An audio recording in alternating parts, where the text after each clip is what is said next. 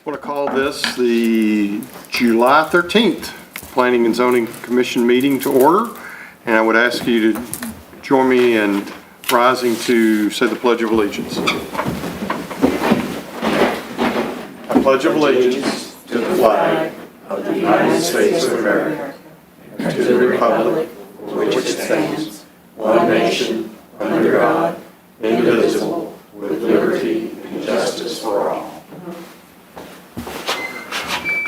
Mr. Summers, would you call the roll, please?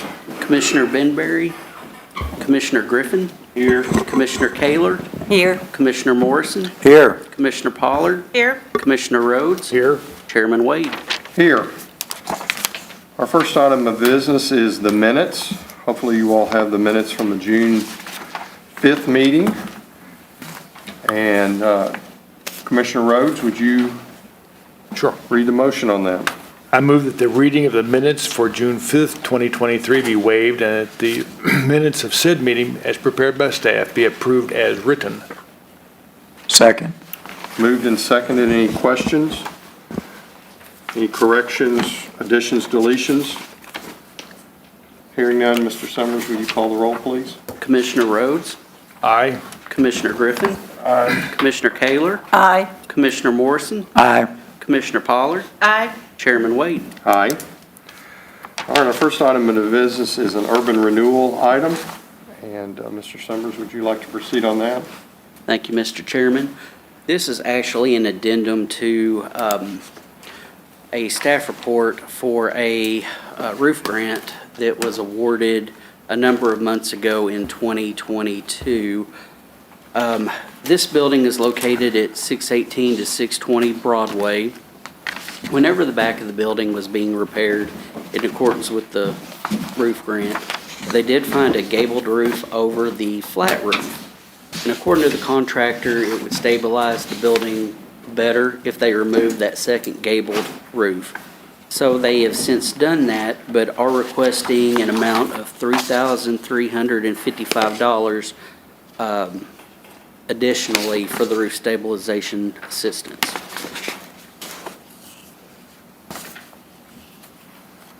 I have to say, we've not seen that in all the years of looking at these. With that, Commissioner Griffin, I believe you have a motion for us on this. I move that the URCDA approve the utilization of roof stabilization assistance program funds in the amount of an additional $3,355 for the roof stabilization at 618 and 620 Broadway due to findings after work began which require change in the scope of work. Second. Moved and seconded. Any discussion? Questions? All right, hearing none, will you call the roll, please? Commissioner Griffin. Aye. Commissioner Kaler. Aye. Commissioner Morrison. Aye. Commissioner Pollard. Aye. Commissioner Rhodes. Aye. Chairman Wade. Aye. All right, now we'll move into the Planning Commission part of the agenda. Our first item is 4160 Olivet Church Road. Mr. Summers? Thank you, Mr. Chairman. I'm going to be presenting from the podium, so I'm going to move over there.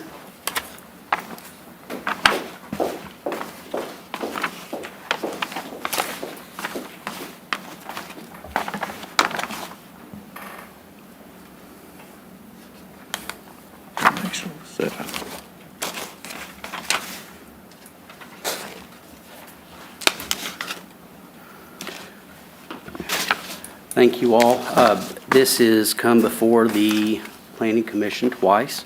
If y'all would remember, it first became before this body in March, where we requested more information, came back before this body in April, and did not move forward on a 3-3 vote.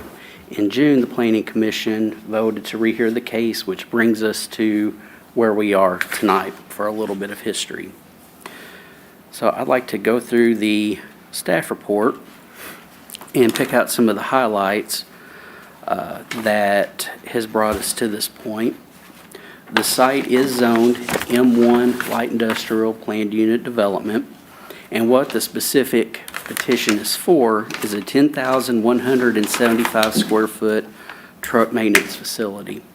And this would include tire changing, engine repair, brakes, that sort of thing. Access to the site would be an ingress-egress easement that was established on Plat M790 whenever they redid the property lines for the Budgetel just north of the site. And how it's proposed to ingress is trucks would turn onto the ingress-egress easement and make a right into the site. They're proposed to be 4 bays, and they would circle around the back of the building and enter the building from the back. The petitioner is proposing a 30-foot landscape buffer on the south side, and that is the side that has a single-family residential home just south of the property. And screening must be provided between commercial or industrial zones irrespective of zone, which is pursuant to 126-83E6 of the Paducah zoning ordinance. And that's something we changed about a year ago because we was having not really issues, but we wanted to get in front of issues that may be caused where there's a juxtaposition of land uses between commercial and residential. So we made that irrespective of zone. When used to, if it was in the same zone, they did not have to provide screening at the time. The proposed stormwater detention is to be located behind the building next to Interstate 24. And just to reiterate, a truck maintenance facility is principally permitted in this zone. And there is a difference between what's before this body tonight being the preliminary development plan and a final development plan. A preliminary development plan is generally spatial in nature, which would show where the stormwater is to be located, where the parking lot, the building footprint, those sort of things would be located on the site. And it does not rise to the level of detail where building permits would be issued. A final, or in a normal case, a regular development plan is detailed enough to issue building permits upon. That's where stormwater calculations are performed, sewer outfalls, the correct number of parking spaces, and that sort of detail, which is enough to say, hey, fire prevention, we've approved the site plan, you can issue your building permits at that point. Staff is forwarding a favorable recommendation to this body, and there are 13 findings of fact that staff would like to present to this body tonight. The site is zoned M1, light industrial zone, wherein a truck maintenance facility is principally permitted. The future land use map shows the site to be commercial. And just a tangent on that, the future land use map is adopted as part of the City of Paducah Comprehensive Plan. The average annual daily traffic, which is AADT, count on eastbound on Interstate 24 from Illinois to Exit 3 is 29,262 vehicles a day in 2021. The traffic count eastbound on Interstate 24 from Exit 3 to Exit 4 is 32,872 vehicles a day in 2021. The AADT count eastbound on Carroll Road, which is Kentucky Route 305, from the city limits to the eastbound I-24 overpass is 8,195 vehicles a day in 2017. The AADT count on Oliver Church Road, which is Kentucky Route 998, is 4,977 vehicles a day in 2022. The proposed truck facility is located as far away from the single-family home as possible on the northern portion of the site. Approximately half of the lot is proposed to be utilized based on the preliminary development plan. The remainder will be kept in a lawn state, landscaped, or wooded. The proposed ingress-egress easement is located approximately 180 feet from Olivet Church Road. The final ingress-egress point would have to be approved by the City of Paducah Engineering Department, and at this time, the Engineering Department does not have any concerns, and Mr. Murphy will be up in a moment to follow up with that. The site is not in a floodplain based on firm map number 21145 0127F. The site does not contain any wetlands based on the National Wetlands Inventory provided by the U.S. Fish and Wildlife Service. The entirety of Olivet Church Road is shown as commercial and industrial on the future land use map, meaning that current land uses are foreseen to change to commercial and industrial uses over time, and landscaping buffers are proposed on the north and south sides of the parcel. So with those in mind, we are forwarding a favorable recommendation to this body. I'd like to ask Mr. Murphy to add to that if he would like, and then after he's finished speaking, we'll be glad to answer any questions from the commission. You want to get that to the note? Sure. These drawings here. Because you said all this stuff, I don't remember that. This is the conceptual. Or do you want the limits of disturbance? Give me to the truck routes. Okay.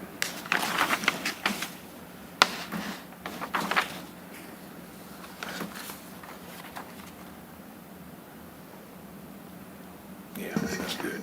All right. That's good. Yeah. Let's see if we can zoom in on that a little bit. See if can we zoom in on that? Oh, there it is. Different things are in different places.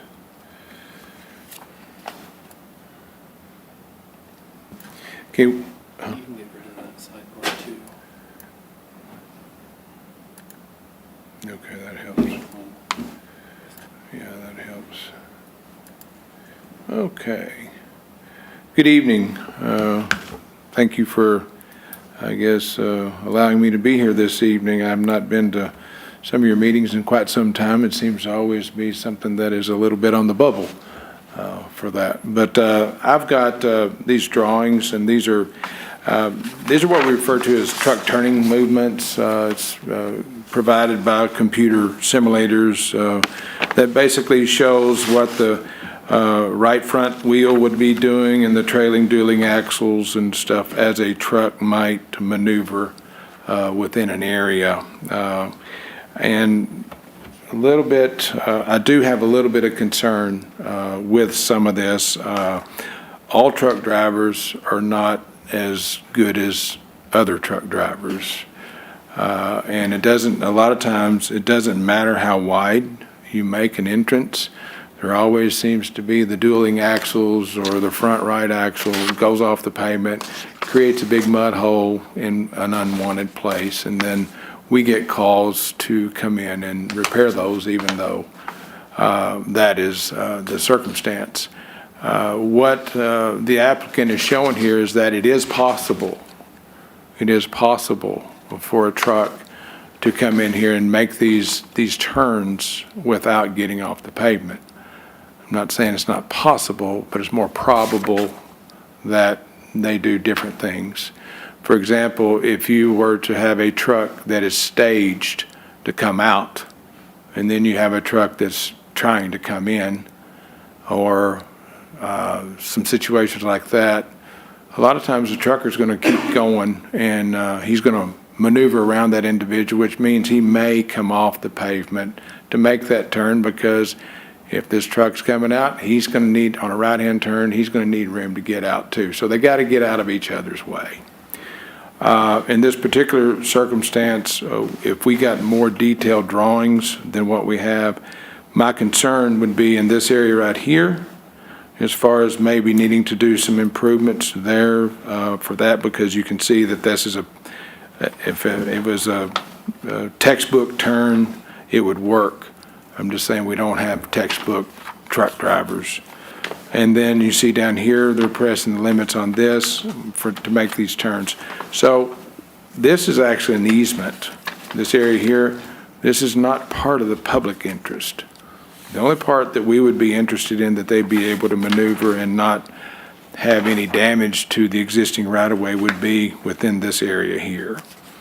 This would be between them and other parties of whom they have the easement with. So when we look at this, we look at what's in the public way. I would probably ask them to make some improvements in here that would be more favorable to the average trucker rather than the Tom Cruise of truckers. So, so that would be one concern that I have. Other than that, what can take place on the property would be strictly up to the applicant. As far as the stormwater and stuff, that would come later for that. And this being, just for the record, this being I-24 and that being State Route 305 or Cairo Road, I'm not the person that is really going to be looking at the stormwater. The state is. The state has what they have, a net zero effect on their systems. So they would be the ones that would be looking at the stormwater because everything is heading to the interstate or heading to Cairo Road. Any questions?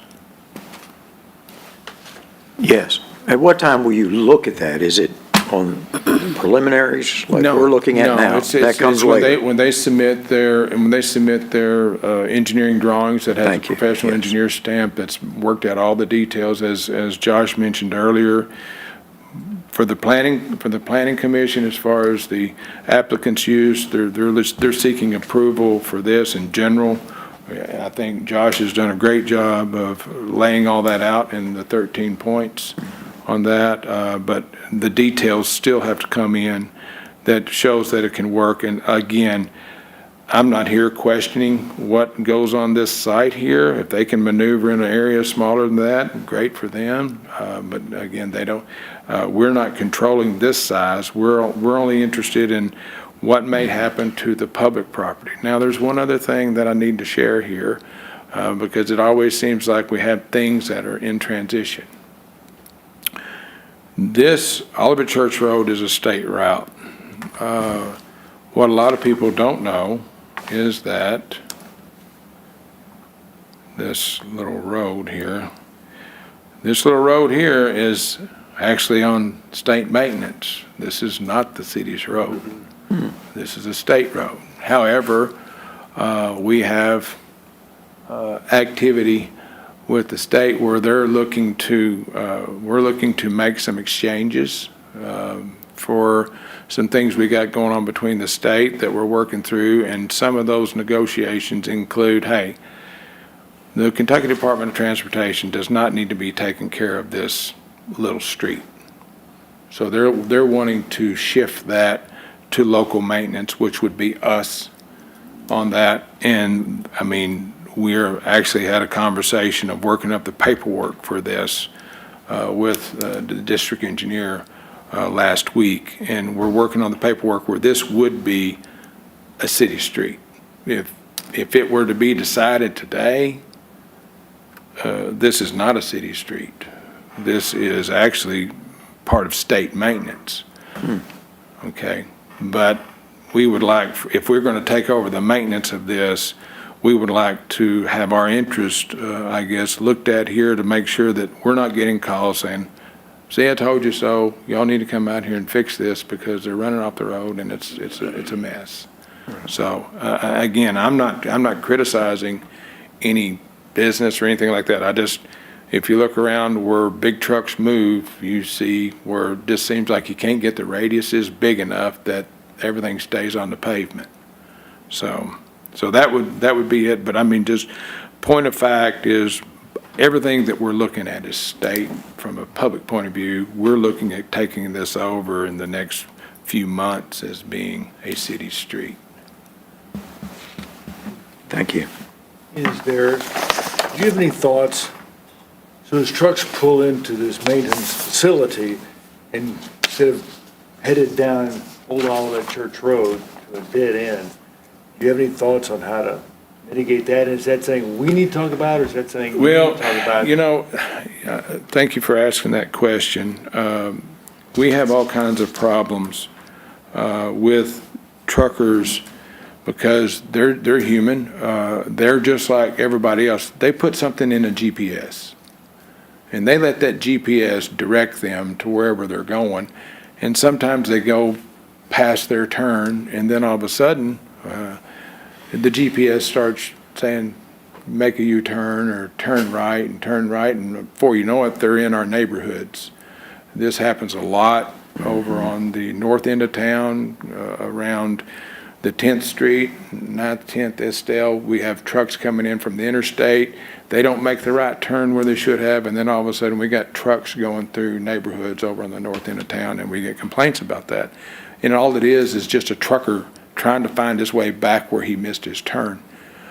In this particular case here, the only thing I could think of is some signage could be put out here, no semi-trucks beyond this point for that, because you go down here to the end, it's a cul-de-sac at the end, and the cul-de-sac is not designed for a 18-wheeler, and the applicant will probably have 53-foot trailers.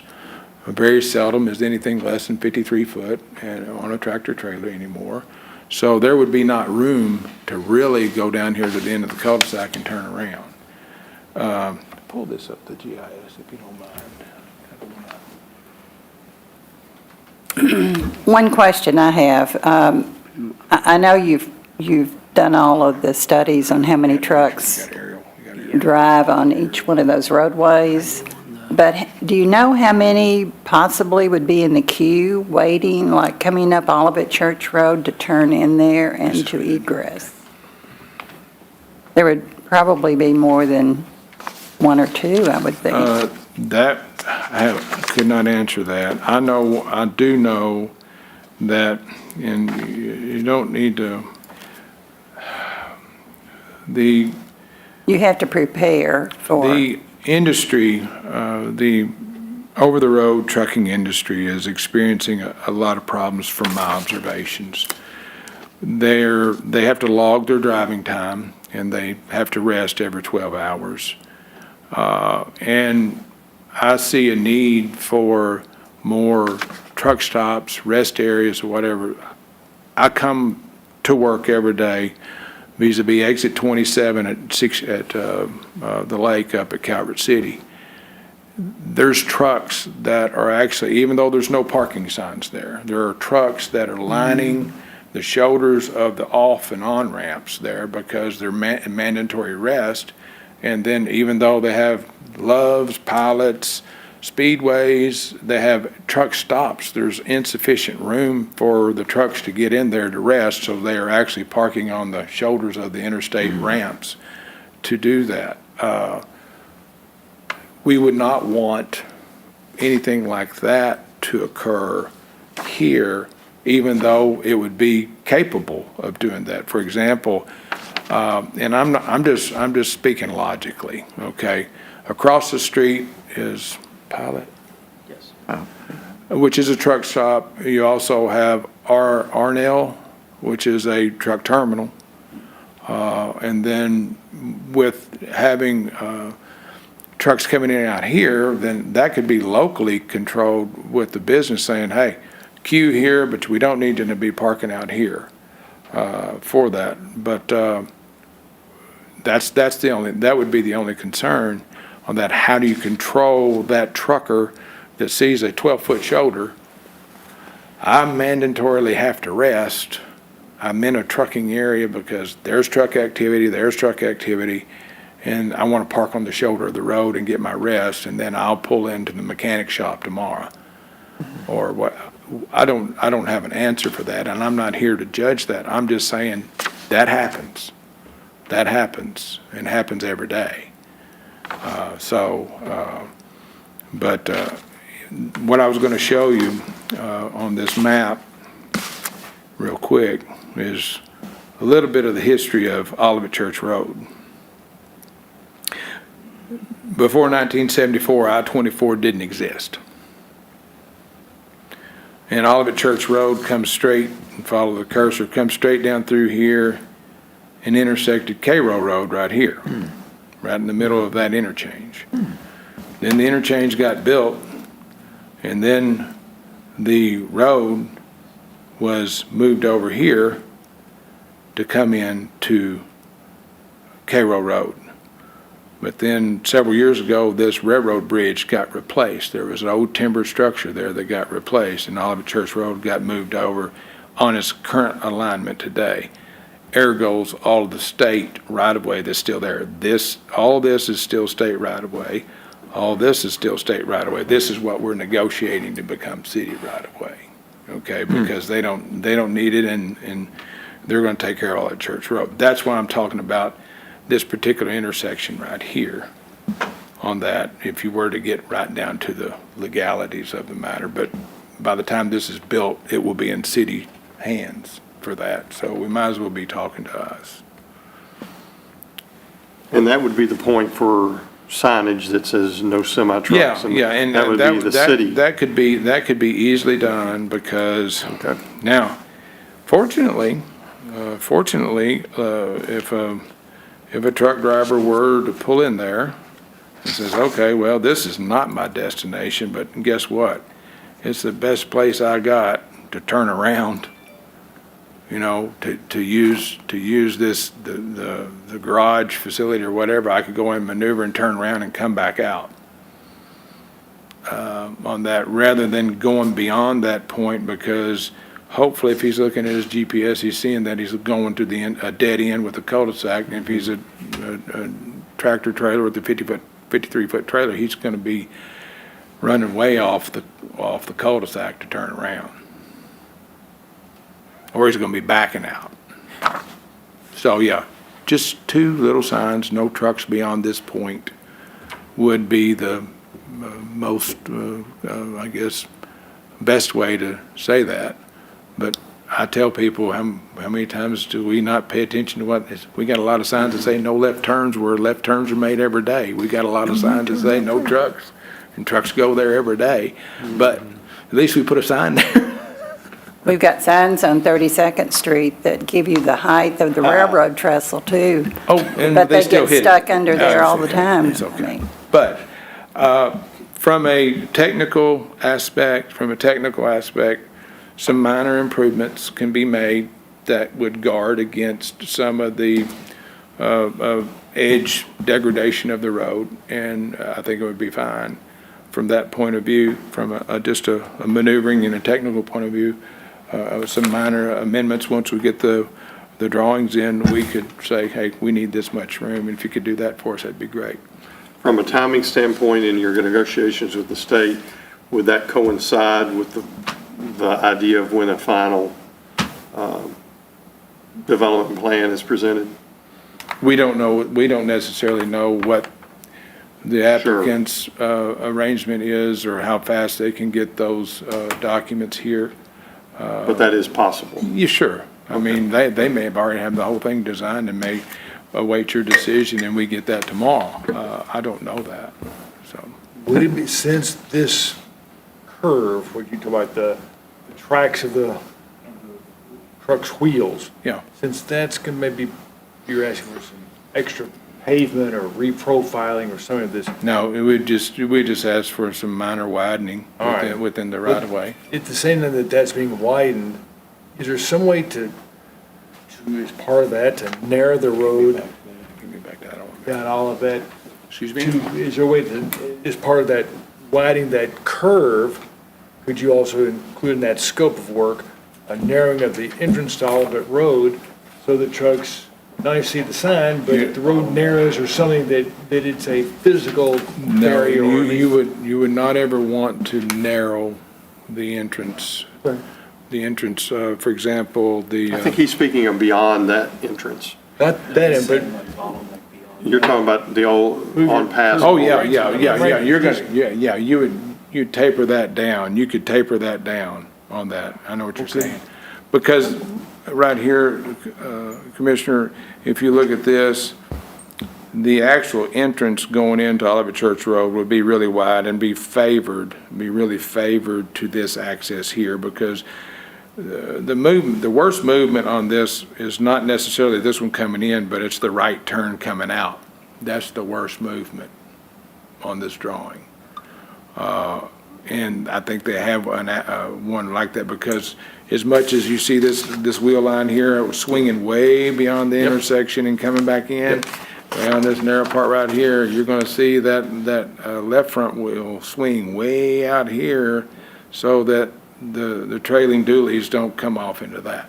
Sure. So that would be something, but as soon as you got past this entrance here, This would be tapered down to just 24 foot of width. So do we need to say something in our recommendations about the No, taper? that would be, you don't Is that something need, you don't need to say, you don't need to have that in there. It is just, that's just part of the site plan review.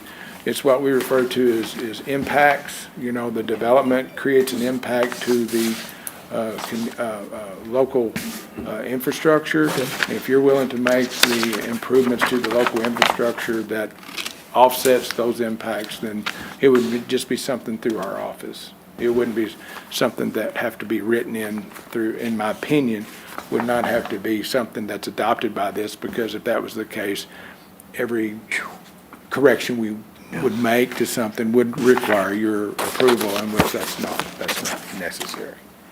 Thank you. Yes, sir. But that doesn't take into account Sally Joe and the kids and a minivan pulling out of there and being in that line there. You know what I'm saying? It's, Yeah, like for example, when you pull up to an intersection. Right. As a matter of fact, and I'm not saying this to create anything. My daughter, had her child in the car, and she was out by Aloha Pools and Spas.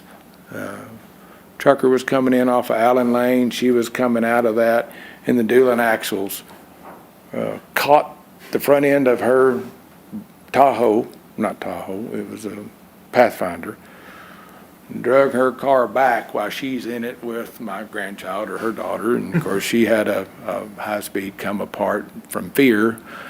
And then she was trying to tell me that she couldn't use the car seat anymore because the vehicle had been in an accident. I'm like, there was no G-force on that car seat. You know, you can still use a car seat, but anyway, I didn't win that argument, but anyway. Of course, what I know, anyway. But yeah, you do have exactly your point, in that case. That's my whole thing you've got people living right there. You got, and coming in and out, and it looks to me like it's taking every bit or more of what's there to get the trucks in and out, and that's if it's a good truck driver. And we all know they got trucks, they're looking out, you know. And I'm not, we have this problem all over town. We have this problem downtown, and where we have, the density of residents is a lot higher. I'm not picking on anything. I'm just speaking factually. How many times you've been on Old Mayfield Road, coming to town, and there's a truck turning left on Old Mayfield Road, and you're looking to see if you can back up. Well, Old Mayfield Road is a main road coming into town that serves many, many residences on that. It's just part of a growing community on that. In this particular case, would that be a problem? I don't really see it as being a problem, because the density of the residences back there may be 6, 7 houses, maybe, there. And the trips per day, and whether they're going to be there very long or not. I mean, it's a stop condition. If they're turning left, they'll be there a little bit longer than they're turning right, because you got 2 lanes to cross rather than just going with the flow. I really don't see it as an issue, but will there be those occurrences? Absolutely. We have them all over town today. Any other questions? Yes. This might be way down the road, pardon the pun, from where you were, but we did have this from the president, Southern Tire Mart at Pilot. The average time that it takes a truck to be serviced is under 2 hours. We expect the facility to service approximately 20 trucks each day. So it kind of gives an answer to what you were referencing there. And I know this came up last time, no overnight parking, so. And Answers a few more questions. If that's enforced, then I don't see a problem. Right. But there has to be a property manager there that is aware of that. Say, I'm sorry, I know Mr. Trucker or Miss Trucker, you have to get your rest, you just can't park here. Yeah. Well, you gotta have somebody to do that. And so, because right now on the interstate, we got no parking signs, and we got Got 'em lined 10 up. trucks parked there because they have nowhere to park.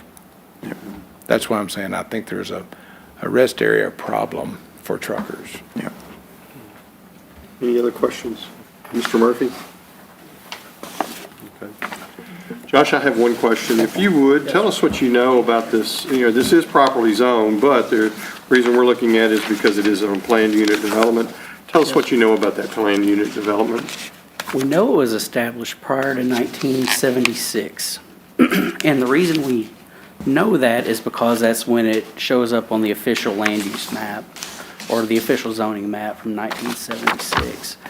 However, the Planning Commission or Board of Commissioners' actions to effectuate the planned unit development, we couldn't find. I've looked, Ms. Warak's looked, we've searched high and low to try to find the documentation that established it.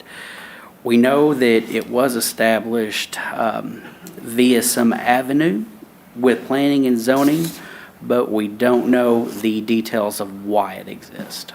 Or the intent. Or the intent, correct. Okay. And that is the reason we're looking at this. Yes, that's correct. And when, to point similar to number 12, the entirety of Olivet Church Road is shown as commercial and industrial on the future land use map. When was Yes. that put in place? Approximate. The last future land use map was adopted approximately in '07. Okay. And of course, Pretty as recent. you all are very well aware, we're working on the current Yes. comprehensive plan at this time. So we will anticipate a new future land use map, but we don't anticipate any changes of that deviating from commercial or industrial. Thank you. Any other questions of Mr. Summers? And there are plans to leave a lot of that wooded area Correct. as a barrier. And we've discussed landscaping at length on the south side of that lot. They are willing to, when I say they, the petitioners are willing to do a fence and evergreens and beef that up, and I'll let them speak more in detail on that here in just a few moments. Okay. We can ask questions after they're presented about fencing and trees. Yes. Great. Okay. So I think it's appropriate to go ahead and have the motion made now. Ms. Valerie, I believe you have that motion. Yes, sir. I move that this commission adopt a resolution approving the amendment to a development plan for the property located at 4160 Olivet Church Road. Second. Thank you, Commissioner Pollard. What do we have suggestions about? We now will hear any other commentary on the motion that's before us. If amendments need to be made, or those can be presented and voted on prior to us voting on the final motion. So first, do we have any commentary or additional information at this time? Mr. Chairman, would you like for me to call the roll to get it on the floor and then have the petitioners present? Why would it need to be? A motion has been made and seconded, Okay. so it is on the floor. I haven't called the roll yet, though. For the vote? Yes. Well, we're not voting on it yet. Okay. Okay.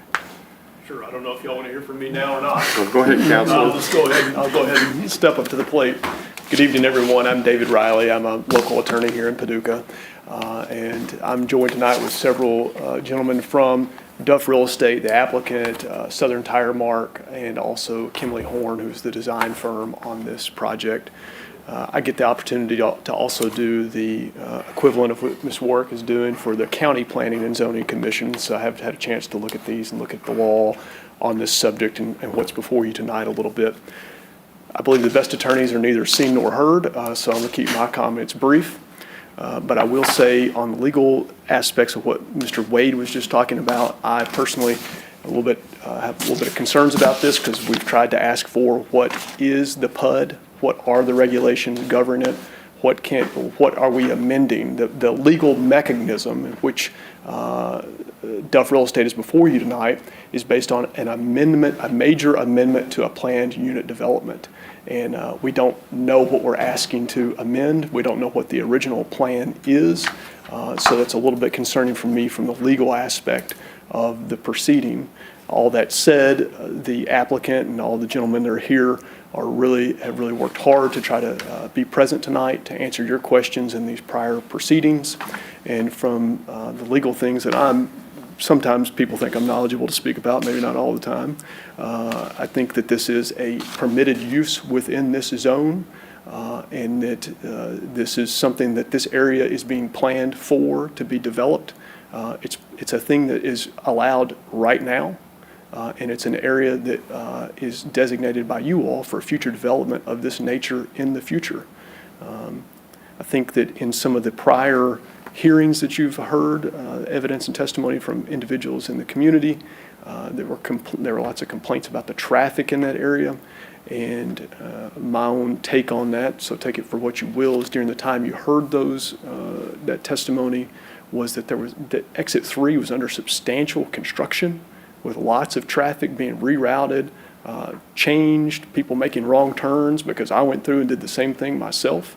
And all that is done now, so that I think that some of the traffic concerns out there have been alleviated by the state working out there, and also for people making these wrong turns or trying to turn around in this particular neighborhood. That's no longer an issue. So I will just introduce a few people that are with us tonight. We have Mr. John Boynton. You've heard, someone mentioned his letter earlier that's in the record. He's the president of Southern Tire Mart. He'd be here to answer any questions you have about the operation of this facility, employment of individuals that would work there, plans for operating the site, how it works, what the services that are provided by it. We also have under him Mr. Doug Barnes and Mr. Trent Rhodes. They're the gentlemen that are responsible for site development for Southern Tire Mart, for actually getting the buildings built, for putting the things in the ground and putting them into service. And then we also have Mr. Justin Sidwell from Kinley Horn, the development engineering architect firm that is responsible for many of the drawings that you've seen here tonight. So they certainly know their business better than I ever would. I'm going to allow, if you all have questions for them about some of these things you've heard tonight or in prior hearings, these are the gentlemen that can answer it for you. So thank you for your time. Thank you. Any questions or other comments? Any questions from the commission? If not, we'll call for. Can you take somebody who's holding their hand up? Is it Oh, appropriate for I them? didn't know there was. Thank you for catching that for me. I did not see that motion. Please come up, state your name and address. My name is Jennifer Pitt. I live at 4105 Olivet Church Road. My property will be right next to, I guess, Tire Mart. One thing I want to clarify, the road construction is not over. It is still going on, and it is still a mess. Second, what I want to clarify is that the entrance will need to be widened, for sure. You cannot turn a semi in right now and not have the car that is wanting to turn left onto Olivet Church Road not have to back up or get hit. Also, the turning lane, when you come off Carroll Road and you take a left onto Olivet Church Road, it looks different on paper, but in person, it's totally different. There's going to have to be something done right there. It's the turning lane that's used to turn left onto Carroll Road. It's also the turning lane to turn into our neighborhood. Then you have AAA storage unit. I don't know what these people are doing all day long going in and out at the storage unit, but I counted the other day, 75 cars in one day. I don't know what they're keeping in there, but 75 cars in one day. My husband and I, our main concern is the noise. I have to sleep sometime. If I don't get my rest, I'm very cranky. And with that said, when you have trailers and trucks that are being brought in, when you drop the trailer, it is a loud boom. I hear the loud booms of the trailers being dropped across the street at the truck stop.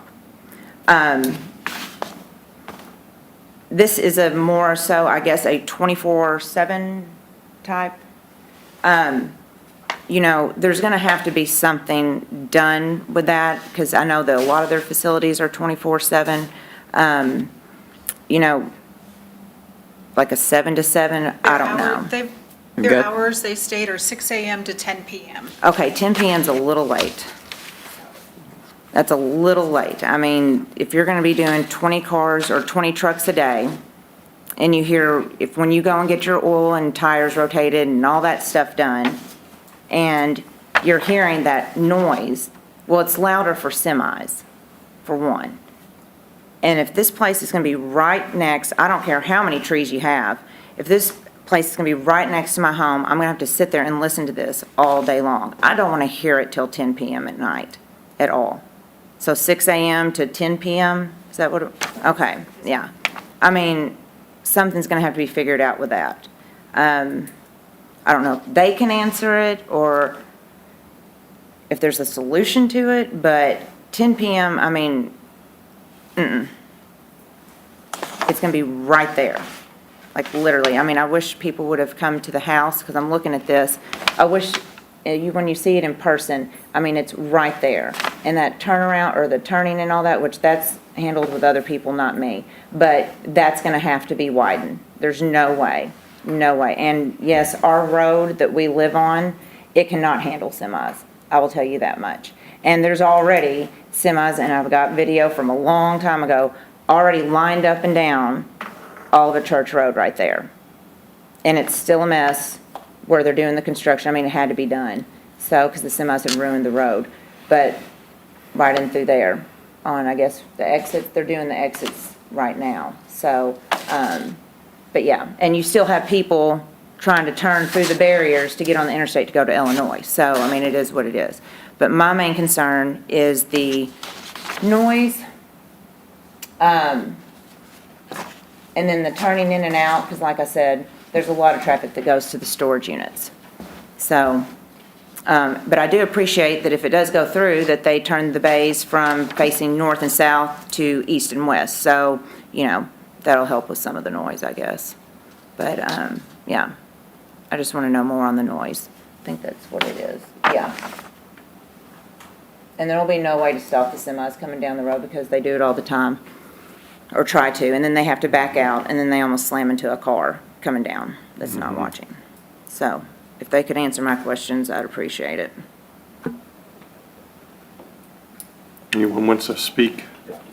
Response? Good evening. I'm John Boynton, President of Southern Tire Mart Pilot. Certainly, we appreciate the concerns that are being raised up and brought forth, because we want to make sure that we are a great member of the community, and we are also satisfying our neighbors and doing the right things. We have some diagrams to show a little bit of what the facility will actually look like, a rendering, so you have an idea of it. One of the concerns you raised up was, I believe, the noise concern, and which is actually something that we do get questioned about from time to time when we're putting a new facility. We currently have about 50 facilities across the country, and we are expanding that to about 200 to 250 locations across the country. This doesn't come up very often, but from time to time it does come up. We may be next to a hotel or something like that, or a community as well too. Typically our locations do not bring a lot of noise with them or anything like that. I think you questioned the trailers being dropped, correct?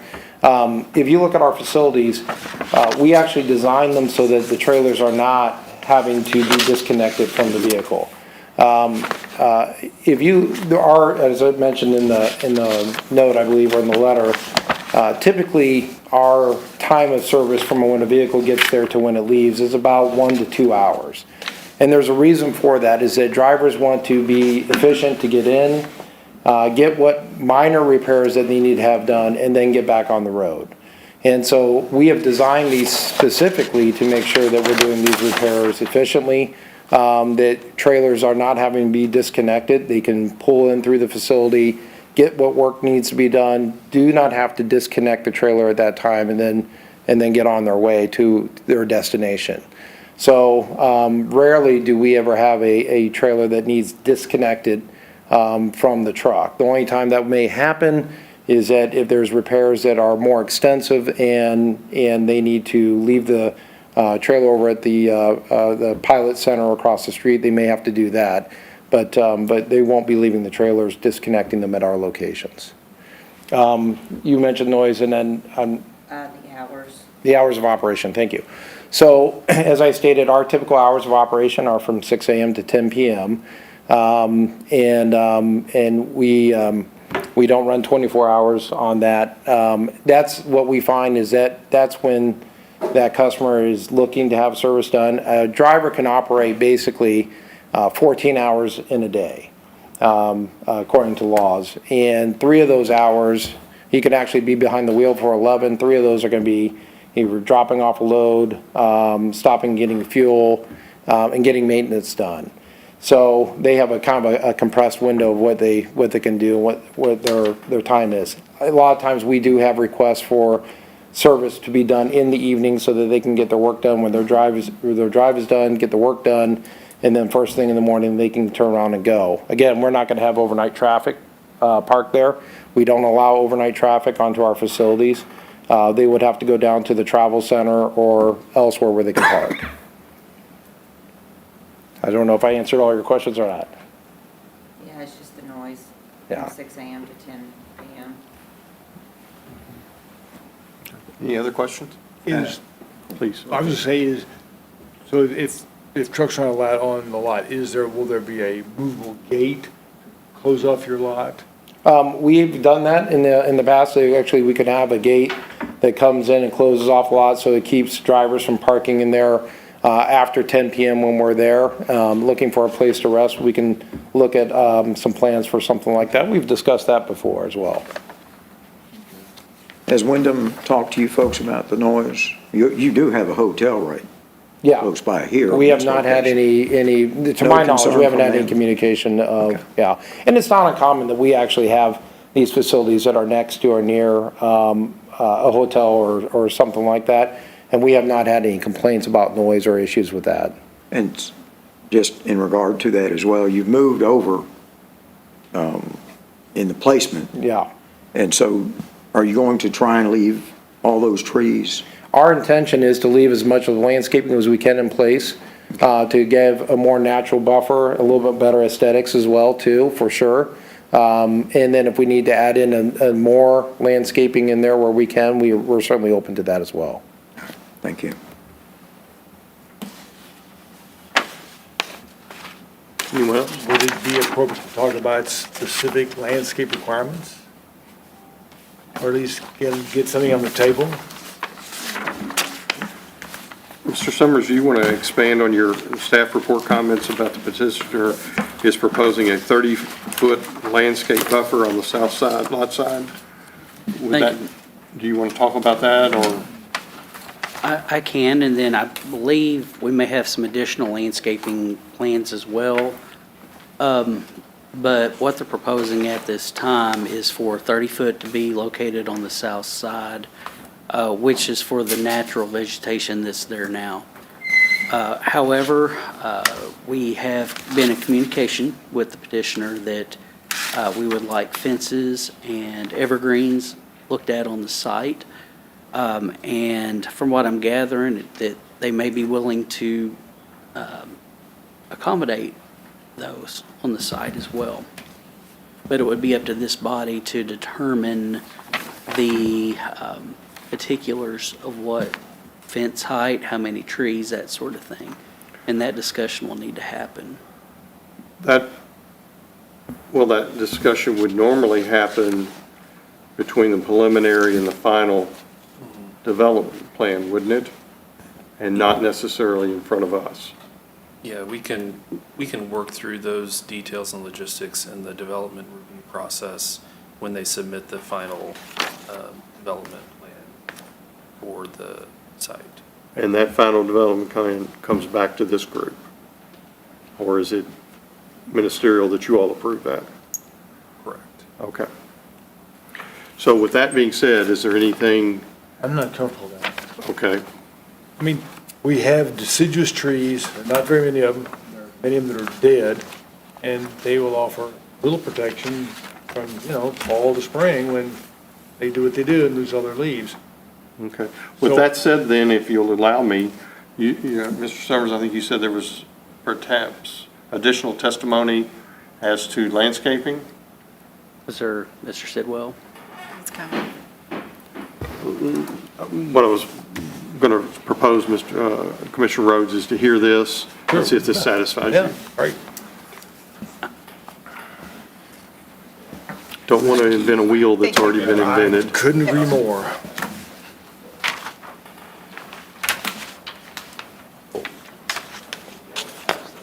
Certainly, I'm not a landscape architect. How are you? Right.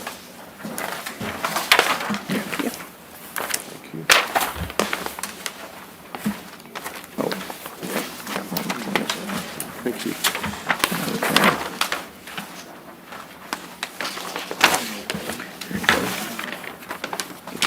My name is Justin Sidwell. I'm with Kimley Horn. We are a civil consultant on this project. Does everybody have a rendering and a new site plan? Does everybody have eyes on it? Believe they do now. All right, perfect. So yes, this is a new site plan we've put together. And this was kind of trying to address the concerns of the landscape screening. So as John said, our intention is to, keep as many trees as we can. We want to preserve that natural landscape. And as you can see on this new site plan, we are just inserting those evergreens into the spaces that we can, as to preserve that natural deciduous tree in the area. And then we also are showing a fence along the southern property line. And that is preliminary location.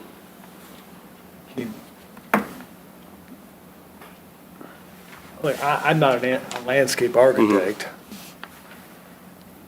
but I was doing some, for my own devices, and every day a emerald green arborvitae tree grows about 15 feet tall, and you space about every 10 feet, and of course I've scaled it out on the drawings I had, and came with, if you made a double row of trees, about 72 trees would cover it just outside the fence, and of course I'd like to see like a 12-foot acoustical fence, not necessarily a brick wall, just an acoustical fence, to try to tamp down noise spilling over into the neighborhood. That's what I've kind of come up with. Okay. I'm not but just to try to mitigate noise and visual clutter. Mm-hmm. So we do have that, the natural deciduous trees there, and we're filling in the gaps with the evergreens. And that is actually extending well past that 30-foot landscape buffer that we were proposing. And so that is... What happens in the spring and the fall when the deciduous trees lose their leaves? Mm-hmm. Yeah, so that's what those evergreens are for, along with the proposed fence along the southern property line. So that fence will be there, of course, year-round, and then the evergreens there also to help when those deciduous trees lose their leaves. Mr. Sidwell, can you describe the fence that's proposed? So currently, we are proposing, and this is, of course, preliminary. We can work this out with, during review with Rick, but we're proposing a 6-foot wooden privacy fence. Not an acoustical fence. Not at the moment, no. I think you ought to. A 12-foot acoustical fence. And I think you ought to think about 72 trees. This, to me, is not enough trees. When you lose the leaves of all these other trees, then, to me, there's no, here again, just my rank amateur way, there is no protection from visual or noise. And I realize a fence is far more effective for noise than trees, but... And just to try to, ease those concerns, this is just preliminary. Of course, we will be going into this design phase. We'll be working with Josh, Rick. But if we don't, I feel like if I don't get my one chance tonight, then I'm done. So I'm just saying, for me, I need 72 trees or thereabouts, and I need a 12-foot acoustic fence.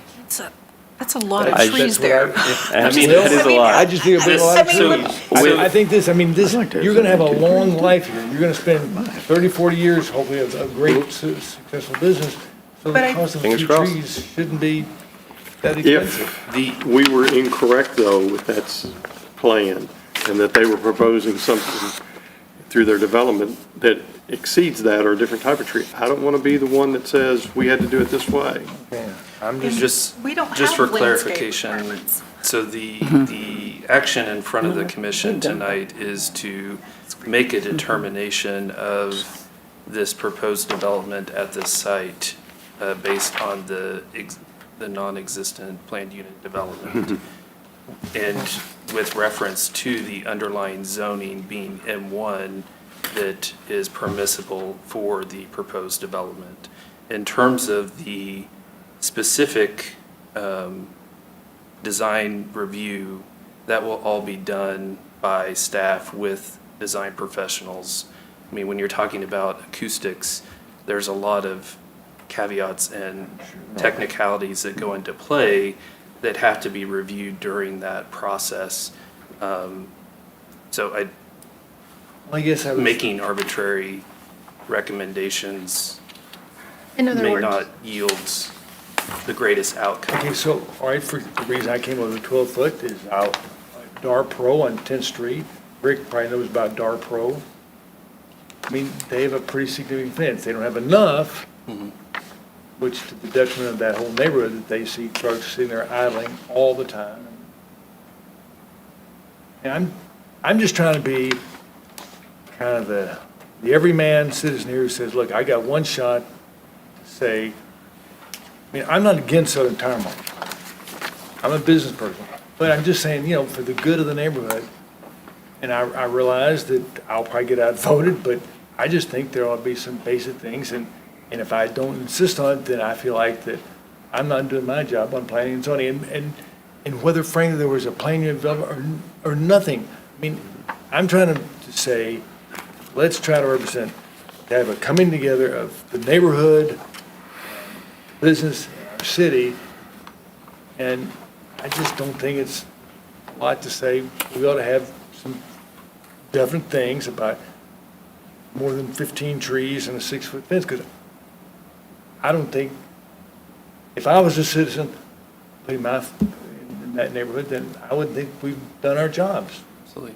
So And we that's, appreciate that, but When, staff's responsibility in this process is to guide you and make sure that you guys are informed and are making the best decision for this case and situation. but until 5 minutes ago, I didn't know we were gonna have any fence or any tree. Well, Sorry, what? that's why. Until 5 minutes ago, I didn't know we were gonna have any fence or any trees. I heard promises that you all might would do this, or, Well, Josh said in his staff report, so that, it's in the staff report. well, I know it's. but it A didn't- fence. It didn't say what size, type, No. or height, or So- anything. Commissioner, what's before you guys, though, is, before this panel is not the nitty-gritty details, the number of trees and the type of material. It may not be, It's the but- broad general picture. So your But for commentary me- may be well taken. It's just, I just wanted to remind you guys what you're here to vote on is this plan and the details, the nitty-gritty of it, the number of trees or the type of the fence and the type of the trees is something that Okay, well, Josh maybe and it's not Nick's 72, department but will do. I just want to make sure that when I vote for this thing, that I feel like that we've tried to make good neighbors out of the Tire Mart and out of this neighborhood. Because even though, yes, I mean, I if think there the was no fact that you planning, have, if there were none of these issues, if they just came here and said, look, we'd like to be good party, good neighbors to the city and to this neighborhood, what do we need to do? I mean, they've taken the time to make sure they're well represented and be able to answer the questions, and they have been, up to this So point, would you all willing cons- to. Would you all consider a 12-foot fence? let me. If you did some acoustic works? Let me interject here a little bit. You mentioned DARPRO. Yeah. The zoning that we have is not the same as DARPRO. I understand you have residential property and a commercial business with Darpro. The one difference, the major difference between that example that you stated was down the center line of North 10th Street is a break between business, and directly across the street is residential. So you have, but the properties that are here are all commercial, okay? And so when those refrigerated trucks were backing into Darpro, and then the air conditioning units that are mounted on the front of the trucks, they were all facing the neighborhood across the street, directly across the street.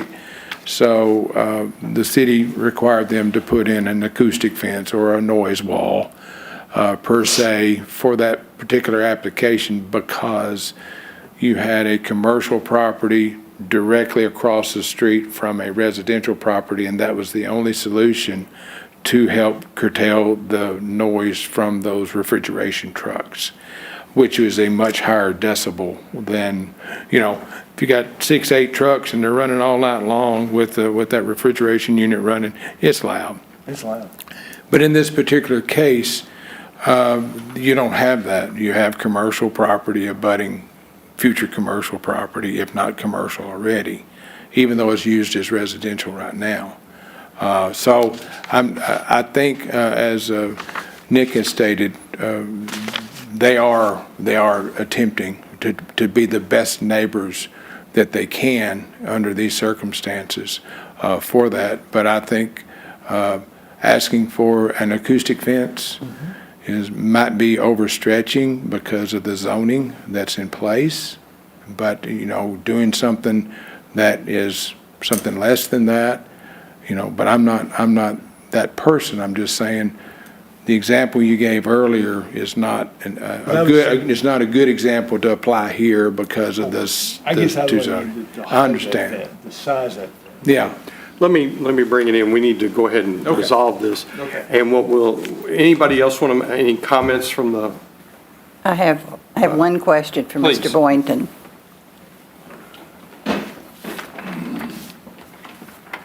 yes. So you have 4 bays on the drawing, so in case all 4 bays are full of trucks with work being done on them, and 1 or 2 more want to come into this lot, do they just come in, or do they make an appointment? Great question. Typically, they will come in and they will wait for the next opportunity to get through the bays. We do also have, they may do a call ahead and make an appointment. Some companies will want to reserve or make sure that they can get their driver in efficiently and that at a certain time slot, if you will, so they can get work done and then back on their way. But by far, a majority are going to come in, drive in, and wait for the opening in the bay. Okay, if that did happen, where would they park? At the They would pull in. backside? Yeah, they would pull in behind, just waiting to get into the next bay right there. Pulling in front of the bay? We're looking, no, I'm sorry, they would pull in behind. Okay, behind it, okay. Yeah, yeah. Oh, Just we're like they back were here gonna where this load truck in. is. If you went to a Jiffy Lube or something like that, you would pull in and they would say, we'll get to you in a few minutes, just wait here patiently and we'll get you in at the next opportunity. That's how we would do it. Does that answer your question? Yes, So and wouldn't- wouldn't that contribute to the noise They wouldn't be somewhat? if- parking here? It would be Yeah, a vehicle that would be coming in and maybe running at that time. They may shut off the engine and depending on if they're only waiting 10 minutes or they're waiting maybe a little bit longer. Typically, I will say that when we have a 4-bay, when we originally started, we had 2-bay operations. We've expanded it to 4 bays so that we didn't have vehicles having to wait. And we can get them in very efficiently. So that's why we did a 4-bay operation. Everything we build now is a 4-bay operation so that we can get drivers in and back out very efficiently. Thank you. Okay, thank you. Okay, I'm gonna ask a question. please. From him? No, Or no? our attorney here. We're basically just voting on whether or not this can go here, right? Right.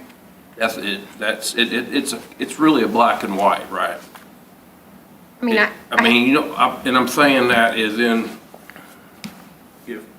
if what Commissioner Rhodes is asking is irrelevant to what we're gonna vote on, we're just voting on whether or not it fits this zone, right? Because we don't know what the planned unit development intention was back in whenever. So you have to throw, in my mind, we have to throw that out and look, is this a proper zone, a usage for the zoning that is in place? That's essentially correct. I wouldn't say that Commissioner Rhodes' comments are irrelevant. They may be well taken, but the minor details of the exact size of things and the length of things and the types of trees, and those are details that they will go through the city planning department to make sure that they have those right. And there may be back and forth, but your decision is whether or not this is an appropriate, whether this is appropriate for the site. And as Mr. Summers advised you guys, this is an M1 site. And we could not find the planned unit development. We did title searches for nearby properties, and we couldn't find those. And so we don't know exactly what this PUD was set up with the intention of doing. So the best that we can do is look to what's around it. And so that's what you guys have before you to determine if this fits within that. I guess I'm confused. In what way? We turned it down on a 3-3 vote. So then, Well, we voted in a tie, which is the effect of turning it down. okay, so then we were asked, look, if y'all will, the way I took it a couple weeks ago is that if we would then unanimously vote to let y'all come talk to us again, that would be preferable than just letting go to a lawsuit and let a judge make the decision. But I thought part of that was also that I was under the impression that we would be able to make suggestions to try to mitigate the natural tension of an M1 zone and residential zone. That's why I voted to be why we had a unanimous one. That's why I voted, because I thought, okay, we're going to get to, instead of having a judge just arbitrarily say A or B, at least we get to have some input. Yes.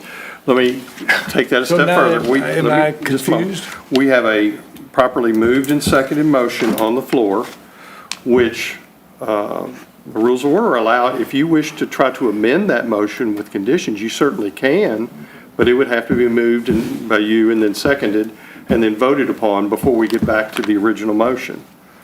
So with that said, is there anything else? They have worked to change what the initial proposal, this is a different setting, they've moved things, they've tried to mitigate as much of the noise as possible. And he's also said trucks won't be dropped, the trailers won't be dropped, which is a huge noise factor, we can all identify. But I think that they have changed what they came to us with before, trying to mitigate, and that they've shown that they're willing to work with the planning department. Part of it for us is that we have to place our trust in staff, that staff will do what's best without us getting into the tiny details. I understand that. For you, no offense, but for you to say that it needs 72 trees, I used to be a landscape contractor. I'm like, I can't even imagine 72 trees on one piece of property. All right, so we're going to have a few trees, but maybe it's more than 14. But that's what staff is here for me. That I trust good faith that they will do in our best interest and in the neighborhood's best interest. I don't want to be mired down in the minutia of what has to happen. And but I trust them.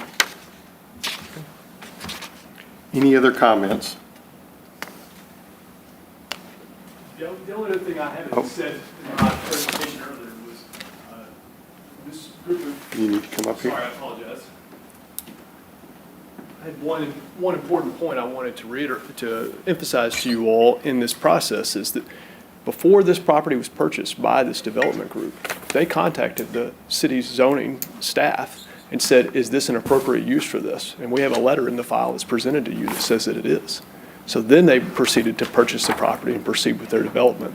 Under the assumption and the knowledge and the agreement that what they plan to do is permitted in this zone and was allowed.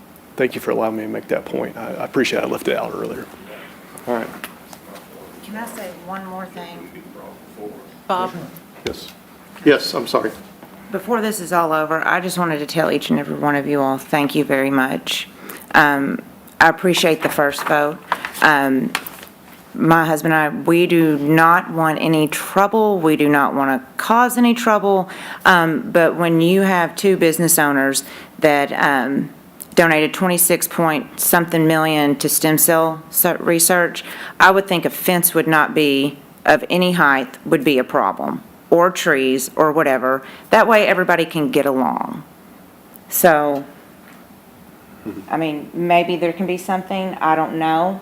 But I just want to tell you all, before this is all over, thank you. I appreciate you all and you all taking time out of Thank your you. We all's take it life. all very seriously. So, thank you. So, that is all. All right. Any other comments from the commission? Questions?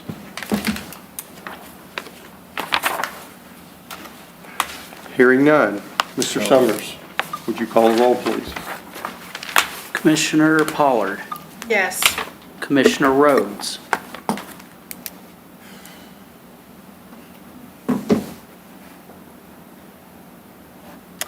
Yeah.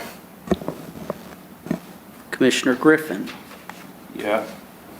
Commissioner Kaler, Yes. Commissioner Morrison, Aye. Chairman Wade. Aye.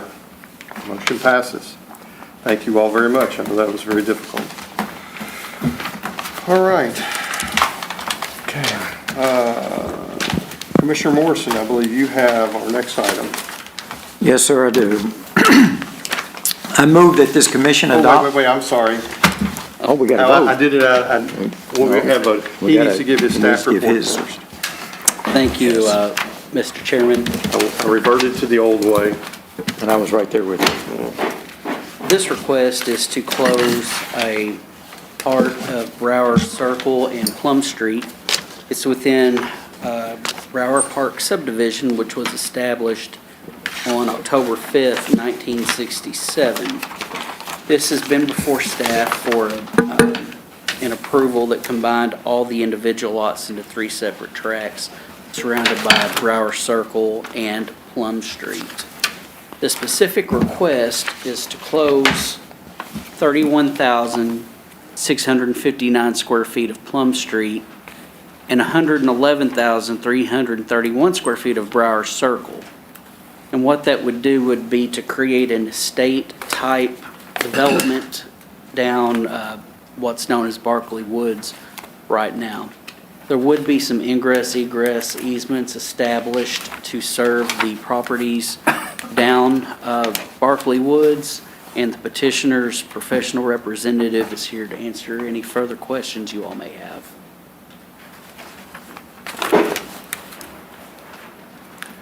Before Mr. Gardner speaks, we should do the motion. Yes. Would you please proceed now? Yes. I move that this commission adopt a resolution forwarding a positive recommendation to the Board of Commissioners to vacate and close 31,659 square feet of Plum Street and 111,331 square feet of Brower Circle in the Brower Park subdivision. Second? Moved and seconded. Mr. Gardner, please proceed. Thank you. This was brought before the commission last year, and what we did then was abolish all the lot lines inside Brower Park subdivisions. That's why you see it in 3 tracts, because it was in different blocks. There are 3 remaining lots that front out on Blandville Road that aren't a part of this and don't use these streets. These streets have never been improved ever. They're just woods if you go out there. There are utilities located inside these, and that's where you see the manholes and the water lines. We have filed separate plats in the court clerk's office giving easements to Paducah Water as well as Paducah McCracken JSA. They are 15-foot wide, 7.5 feet on each side of their water main and sewer line, which is what they agreed to. There still will be an access easement that's dedicated along Barkley Woods Drive, which is private. It's basically a one-lane asphalt drive that serves the Bordowski property as well as the Frampton. It fronts, it does go by the Gwynn property, but they're not using it. They're using another drive off Blandville Road, but they have access to that as well. So these two streets is what we're asking to close permanently. And then at some point, when these streets are deeded to the Framptons and the Bordowskis, which they are the two owners of Barkley Woods, then all this will be one track and will be divided by them. Actually, the Bordowskis has their property for sale because they've moved to Nashville already, but it will serve that property. But they're still part of Barkley Woods. My only question is, where Walnut Street and Hickory come in from the south side, Correct. those are both dead ends now and unimproved, but particularly Walnut, as it runs according to the easement lines, would tie into Barkley Woods, but it does not and will not. Is that correct? Correct. Okay. Is there any plan to abandon or seek the abandonment of that part of Barkley Woods where it comes into Hickory?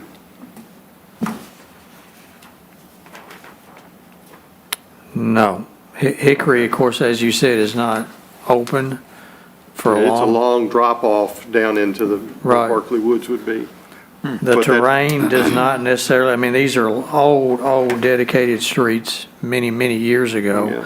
But actually, the topography to that does not conduce having those streets put in That's why I at this wondered if time.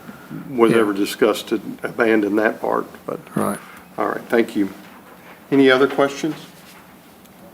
Comments, concerns? When was this all done, as far as the? 1967. Okay. I mean, this that we're looking at right now. This was started last year and approved by the commission, I believe, in May of last year. This property sold at auction pre-pandemic, I believe. I'm not talking about that. Oh, okay. I'm talking about the properties that face Blandville Road. Oh, those were Oh, sold those- off many, many Yes. years ago. Well, I live there, and it says I don't. Anyway. Well, It's the Kadeems. We bought it from them a Okay, year and a half ago. okay. Yeah, we That's why I actually said, started when was this this? in 1920, I mean, in 2021 is when this plat was originally done. So Okay. whoever owned it in 21, we got that from the PVA. We never updated those. I didn't know if I could send them the tax bill. Yeah, it's okay with us. that is a great plan. Be facetious. All right, any other comments? No. To the left, anything? Mr. Summers, would you call the roll, please? Commissioner Morrison. Aye. Commissioner Pollard. Aye. Commissioner Rhodes. Aye. Commissioner Griffin. Aye. Commissioner Kayla. Aye. Chairman Wade. Aye. All right, with nothing else that I see on the agenda, our next meeting is August the 7th, and at 6:53, we are adjourned.